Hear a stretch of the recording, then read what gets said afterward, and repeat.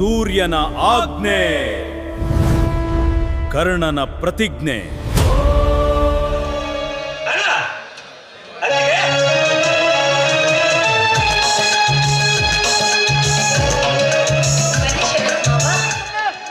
ಶಿವಮಾಮ ಹೊರಗಡೆ ಹೋಗಿದ್ದಾರೆ, ಇನ್ನು ಸೂರ್ಯ ಮಾವ ಹೊಲದ ಕಡೆ ಹೋಗಿ ಬರ್ತೀನಿ ಅಂತ ಹೋಗಿದ್ದಾರೆ, ಇನ್ನು ಅಕ್ಕ ದೇವಸ್ಥಾನಕ್ಕೆ ಹೋಗಿದ್ದಾಳೆ. ಇನ್ನೇನು ಬರ್ಬೋದು. ಏನ್ ಮಾವ, ನೀವು ಇಷ್ಟೊತ್ತಿನವರೆಗೂ ಎಲ್ಲಿಗೆ ಹೋಗಿದ್ರಿ? ಮನೆಯಲ್ಲಿ ನಿಮ್ಗೆ ಹೇಳುವವರು ಕೇಳುವವರು ಯಾರು ಇಲ್ಲ ಅಂತ ತಿಳಿದುಕೊಂಡಿದ್ರ? ಯಾಕೆ ರೇವತಿ, ಮನೆ ಯಜಮಾನಂತೆ ನನ್ನ ಮೇಲೆ ಅಧಿಕಾರ ಚಲಾಯಿಸ್ತೀರಿ ಅಲ್ಲ? ಹೌದು ಮಾವ, ಇಂದಿಲ್ಲ ನಾಳೆ ಆದ್ರೂ ಈ ಮನೆಗೆ ಯಜಮಾಂತಿ ಆಗುವಳು ನಾನು. ಅದಕ್ಕೆ ಈಗಿಂದ ಈಗಲೇ ನಿಮ್ಮನ್ನ ಹತೋಟಿಯಲ್ಲಿ ಇಟ್ಕೊಳ್ಬೇಕಲ್ಲ. ಯಜಮಾನಿಕೆ ಮಾಡುವ ಹೆಣ್ಣು ನಮ್ಮ ಮನೆಗೆ ಸೊಸೆಯಾಗಿ ಬರುವುದು ಬೇಡ. ನಿನ್ನಂತ ಯಜಮಾನಿಕೆ ಮಾಡುವ ಹೆಣ್ಣು ನಮ್ಮ ಮನೆಗೆ ಸೊಸೆಯಾಗಿ ಬಂದರೆ ಆ ದೇವರೇ ಕಾಪಾಡಬೇಕು.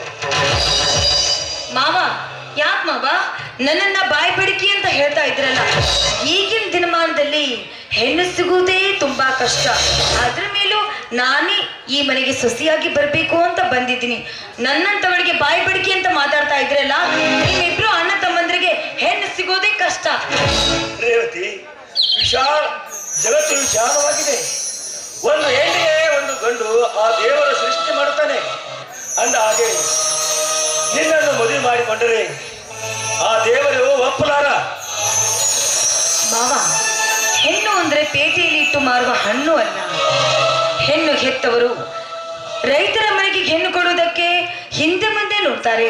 ಅದೇ ಒಬ್ಬ ನೌಕರಿಸ್ಥನಿಗೆ ಹೆಣ್ಣು ಕೊಡಬೇಕು ಅಂದ್ರೆ ನಾ ಮುಂದೆ ತಾ ಮುಂದೆ ಅಂತ ಬರ್ತಾರೆ.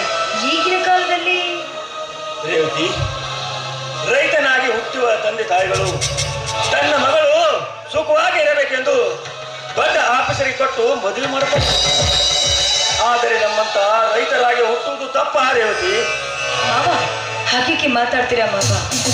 ರೈತರಿಗಿರುವ ಬೆಲೆ ಸರ್ಕಾರಿ ನೌಕರಿ ಮಾಡೋರಿಗೆ ಎಲ್ಲಿದೆ ಈಗಿನ ಕಾಲದಲ್ಲಿ? ರೈತ ವ್ಯವಸಾಯ ಮಾಡಿ ಉತ್ತಿ ಬೆತ್ತಿ ಬೆಳೆಯದಿದ್ರೆ ಆ ಸರ್ಕಾರಿ ನೌಕರರಿಗೆ ಸಂಬಳ ಹೇಗೆ ಸಿಗುತ್ತೆ ಮಾವ? ಮಾವ, ಇನ್ನೊಬ್ಬರ ಕೈ ಚಾಚುವರನ್ನ ಮದುವೆ ಆಗೋದಕ್ಕಿಂತ ಇಡೀ ದೇಶಕ್ಕೆ ಅನ್ನ ಹಾಕುವ ಒಬ್ಬ ರೈತನ ಕೈ ಹಿಡಿದು ರೈತನ ಮನೆಗೆ ಸೊಸೆ ಆಗಬೇಕನ್ನೋದೇ ನನ್ನ ಆಸೆ ಮಾವ. ಆಯ್ತು ರೇವತಿ, ಇದೇ ಮನೆಗೆ ಸೊಸೆ ಆಗುವಂತೆ ನನ್ನ ತಲೆ ನೋಡ್ತಾ ಇದೆ. ಒಂದು ಕಪ್ ಕಾಫಿ ತೆಗೆದುಕೊಂಡು ಬಾ. ಆಯ್ತು ಮಾವ, ಈಗಲೇ ತರ್ತೇನೆ.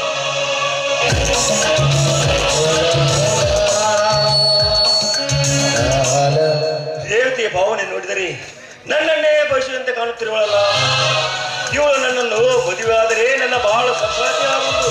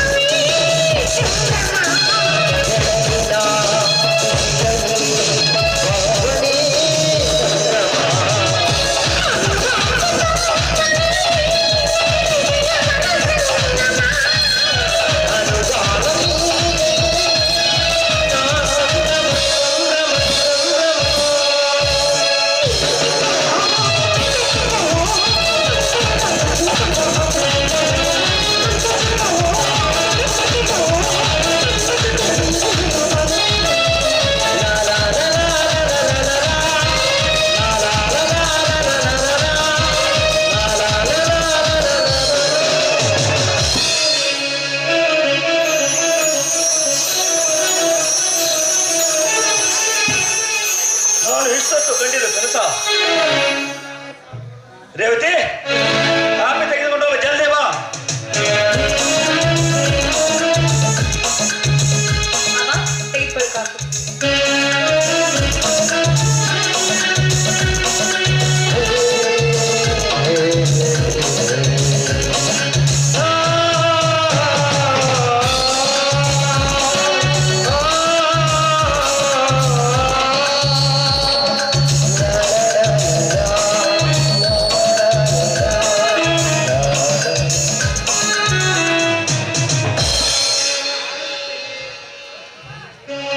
ರೇವತಿ, ಏನ್ ಮಾಡ್ತಾ ಇದ್ದೀರಿ?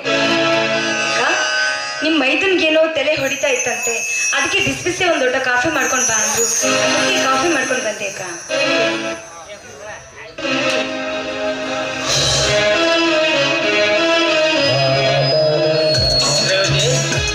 ಕಾಫಿಗೆ ಏನಾದರೂ ಸಕ್ಕರೆ ಹಾಕಿದ್ಯಾ ಅಥವಾ ಸಕ್ಕರೆ ಬದಲಾಗಿ ಖಾರದ ಪುಡಿ ಏನಾದರೂ ಹಚ್ಚಿದ್ಯಾ? ಮಾವ, ಇಷ್ಟೊತ್ತಿನವರೆಗೂ ಶರದ್ ಮಾವ ನನ್ನನ್ನ ರೇಗಿಸಿದ್ರು, ಈಗ ನೀವು ಬಂದು ಮತ್ತೆ ನನ್ನನ್ನ ರೇಗಿಸ್ತಾ ಇದ್ರಾ? ಮಾವ, ನಾನೇನು ಕಾಫಿಗೆ ಖಾರ ಪುಡಿ ಹಾಕೋದಕ್ಕೆ ದೊಡ್ಡಿ ಅಲ್ಲ ಬಿಡಿ, ಶಾನೆ ಹೇಳ್ತೀನಿ.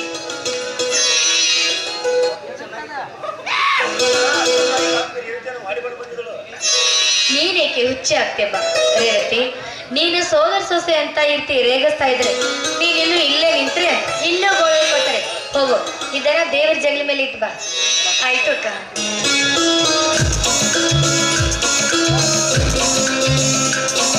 ಸಹೋದರ, ನಿನ್ನ ಡಿಗ್ರಿ ಅಂತೂ ಕಂಪ್ಲೀಟ್ ಆಯ್ತು. ಯಾವುದಾದ್ರೂ ಕಂಪನಿಯಲ್ಲಿ ಒಂದು ಅರ್ಜಿ ಹಾಕಿ ಕೆಲಸ ಪಡಿಬೇಕಿತ್ತಲ್ಲೋ? ಈಗಿನ ಕಾಲದಲ್ಲಿ ಡ್ಯೂಟಿಗೆ ಹೋದರೆ ಲಂಚ ಕೇಳ್ತಾರೆ ಆ ಫಸ್ಟ್ ಅಧಿಕಾರಿ. ನಮ್ಮಂತ ಕಲಿತರೆ ಯುವಕ ಗತಿ ಅಂತಾಗಿದೆ. ಹೌದು ಸಹೋದರ, ನೀನು ಹೇಳೋದ್ರಲ್ಲಿ ನಿಜವಿದೆ. ಯಾಕಂದ್ರೆ ಇದು ಭ್ರಷ್ಟರ ದುನಿಯಾ. ಈ ದುನಿಯಾದಲ್ಲಿ ದುಡ್ಡಿದ್ರೆ ಮಾತ್ರ ನೌಕರಿ, ದುಡ್ಡಿದ್ರೆ ಮಾತ್ರ ರಾಜಕಾರಣ. ನಮ್ಮಂತ ಬಡವರು, ದೀನ ದಲಿತರು, ರೈತರು ಯಾವತ್ತು ನೌಕರಿ ಹಿಡಿಯಲು ಸಾಧ್ಯ ಇಲ್ಲ, ರಾಜಕಾರಣ ಮಾಡಲು ಸಾಧ್ಯ. ದುಡ್ಡು ಕೊಟ್ರೆ ಇವತ್ತು ದುಡ್ಡು ಕೊಟ್ಟು 24 ತಾಸಿನಲ್ಲಿ ನೌಕರಿ ಅಪಾಯಿಂಟ್ಮೆಂಟ್ ಕೊಡ್ತಾರೆ. ದುಡ್ಡಿಲ್ಲ ಅಂತಂದ್ರೆ ನಿಮ್ಮಂತ ವಿದ್ಯಾವಂತರು ಎಂತ ಎಕ್ಸಾಮ್ ಬರೋದೇನು ನೌಕರಿನೇ ಸಿಗೋದಿಲ್ಲ. ನಾವೆಲ್ಲರೂ ಹೇಳ್ಕೊಳ್ಳಿಕ್ಕೆ ಪದವಿದ್ರು ನಾವೆಲ್ಲ ನಿರುದ್ಯೋಗಿಗಳಾಗಿ ಮತ್ತೆ ಎಲ್ಲಿ ಇರಬೇಕಾಗ್ತದೆ. ಶರ, ನಾನು ನಿನ್ನಲ್ಲಿ ಒಂದು ರಿಕ್ವೆಸ್ಟ್ ಮಾಡ್ಕೊಳ್ತಾ ಇದ್ದೀನಿ. ಅದೇನಂದ್ರೆ, ಹೇಗೋ ದೇವರ ದಯದಿಂದ 10 ಎಕರೆ ಜಮೀನಿದೆ. ಅದೇ ಜಮೀನಲ್ಲಿ ನೀನು ಮಾಡಿಕೊಂಡು ದುಡ್ಡು ಮಾಡ್ಬೋದಲ್ಲೇನು? ಅಲ್ಲ, ನನಗೆ ಹೊಲದಲ್ಲಿ ಕೆಲಸ ಮಾಡಲು ಅವಶ್ಯಕತೆ ಇಲ್ಲ. ಒಂದು ನಾನು ಸ್ವಂತ ಬಿಸಿನೆಸ್ ಮಾಡಬೇಕಂದ್ರೆ ಅದಕ್ಕೆ 50 ಲಕ್ಷ ರೂಪಾಯಿ ಬೇಕಲ್ಲ. 50 ಲಕ್ಷ ನಾನು ಎಲ್ಲಿ ತರಬೇಕು? ನಾನೊಬ್ಬ ಬಡವ. 50 ಲಕ್ಷ ಹಣ ನಾನು ಎಲ್ಲಿಂದ ತರಲು ಶರ? ಎಲ್ಲಿಂದ ತರಲಿ? ಅಣ್ಣ, ಹಣವೆಲೆಯೊಂದು ನನಗೆ ಚೆನ್ನ. ಹಣವೆಲೆಯೊಂದು ಮನೆಯಲ್ಲೇ ಕುಳಿತುಕೊಂಡರೆ ನನ್ನ ಜೀವನದ ಗತಿ ಏನಲ್ಲ. ಬ್ಯಾಂಕಿನಲ್ಲಿ ಲೋನ್ ಕೇಳಲು ಹೋದರೆ ನಿನ್ನ ಹೆಸರಿನಲ್ಲಿ ಜಮೀನಿದ್ದರೆ ಕೊಡ್ತೀವಿ ಅಂತಾರೆ. ಶರ, ನೀ ಇದಕ್ಯಾಕೆ ತಲೆ ಕೆಡಿಸ್ಕೊಳಕತ್ತೀಯೋ? ಹುಚ್ಚ, ನನ್ನ ಹೆಸರಿಗೆ ಜಮೀನು ಐತಿಲ್ಲೋ, ನಾನೇನ ನಿನ್ನ ಹೆಸರಿಗೆ ಬರೆದು ಕೊಡ್ತೇನೋ. ನಿನ್ನ ಬಿಸ್ನೆಸ್ ಪ್ರಾರಂಭ ಮಾಡು. ನೋಡ್ರಿ, ದುಡುಕಿ ನಿರ್ಧಾರ ತೆಗೆದುಕೊಳ್ಬೇಡ್ರಿ, ಸೂರ್ಯನವದ ಮಾತು ಕೇಳ್ರಿ. ಸುಮಿತ್ರ, ನನ್ನ ತಮ್ಮ ಇಂಥ ಬಿಸ್ನೆಸ್ ಮಾಡಿ ಚೆನ್ನಾಗಿ ಹಣ ಗಳಿಸ್ತಾನ ಅಂತಂದ್ರೆ ಆ ಸೂರ್ಯ ಯಾವತ್ತೂ ನನಗೆ ವಿರೋಧ ಮಾಡೋದಿಲ್ಲ. ಮೆಚ್ಚಿಕೊಂಡು ಸಂತೋಷ ಪಡ್ತಾನೆ ನನ್ನ ತಮ್ಮ ಸೂರ್ಯ. ನೋಡ್ ಮೈದ, ಹೀಗೆ ಹೇಳ್ತೀರಂತ ಬೇಜಾರಾಗ್ಬೇಡ. ದೊಡ್ಡ ಮೈದರನ್ನೊಂದು ಮಾತು ಕೇಳು. ಯಾಕೆಂದ್ರೆ ಇಂಥ ಸಾಹಸಕ್ಕೆ ಕೈ ಹಾಕಿದರು ಎಷ್ಟೋ ಜನ ಸುಟ್ಟುಕೊಂಡು ಹೋಗಿದ್ದಾರೆ. ಅದಕ್ಕೆ ಇಲ್ಲ ಅತ್ತಿಗೆ, ಈ ನಿನ್ನ ಮೈದುನ ಯಾವತ್ತೂ ಅಂತ ಕೆಲಸ ಮಾಡೋನಲ್ಲ ಅತ್ತಿಗೆ. ತಮ್ಮ, ನಿನ್ನ ಅತ್ತಿಗೆ ಮಾತನ್ನು ಕೇಳಿ ಮಾನಸಿಕ ಮಾಡ್ಕೊಂಡು ಸುಮ್ಮನೆ ಕೂತ್ಕೋಬೇಡ. ಅವಳು ಏನೇ ಆದರೂ ಹೊಲ ಬಿಟ್ಕೊಡು, ನಾನಿದ್ದೇನೆ. ನಿನ್ನ ಕೆಲಸವನ್ನು ಪ್ರಾರಂಭ ಮಾಡು. ಆಯ್ತಲ್ಲ? ಅರೆ, ನಾನು ಇನ್ನು ಒಳಗಡೆ ಹೋಗಿ ಅಡಿಗೆ ಮಾಡ್ಲಾ? ಲೇ ಸುಮಿತ್ರ, ಅಷ್ಟೇಕೆ ಅವಸರ ಪಡ್ತಾ ಇದೀಯಾ? ಆ ಕಡೆ ತಿರುಗಿ ನಿಂತ್ಕೋ.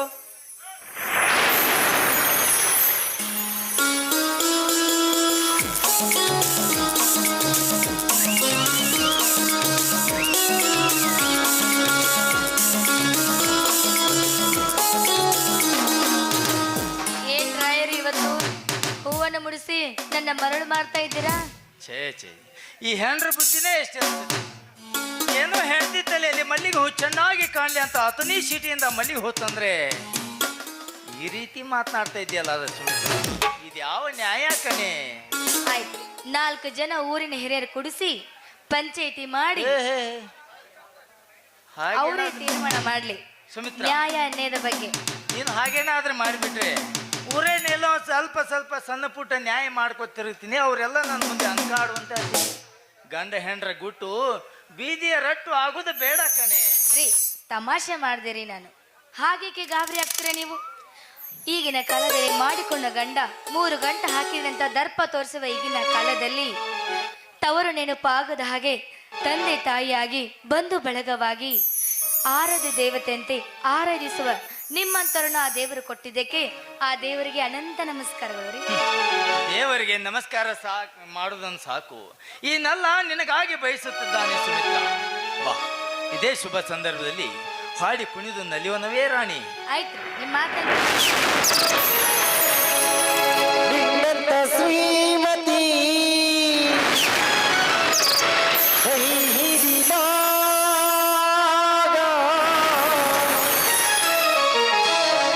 ನಿನ್ನಂತ ಗುಣವತಿ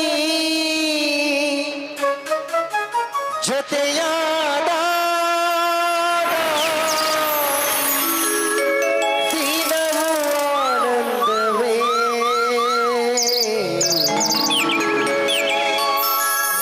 ಹೀಗೆ ನಾವು ಹಾಡುವಾಗ ಬದುಕು ಸ್ವರ್ಗವೇ.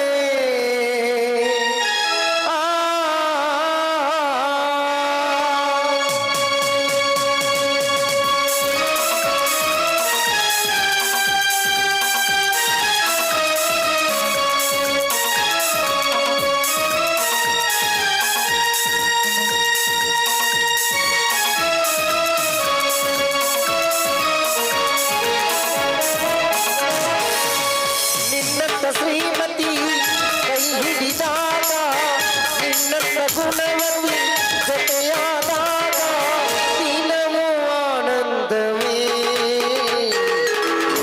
ಹೀಗೆ ನಾವು ಹಾಡುವಾಗ ಜಗತ್ತು ಸರ್ವವೇ.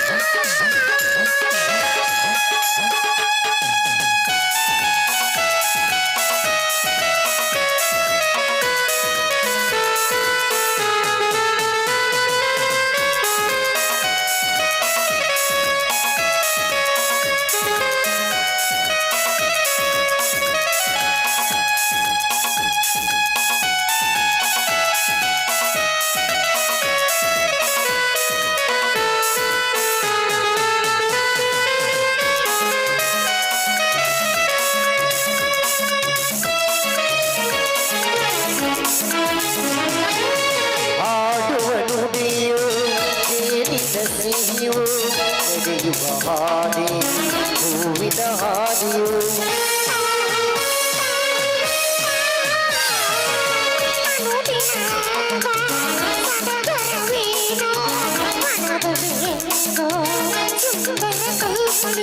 ಅನುಗಾಲ ಶುಭಯೋಗ, ಅನುಗಾಲ ಶುಭಯೋಗ, ಅನುರಾಗ.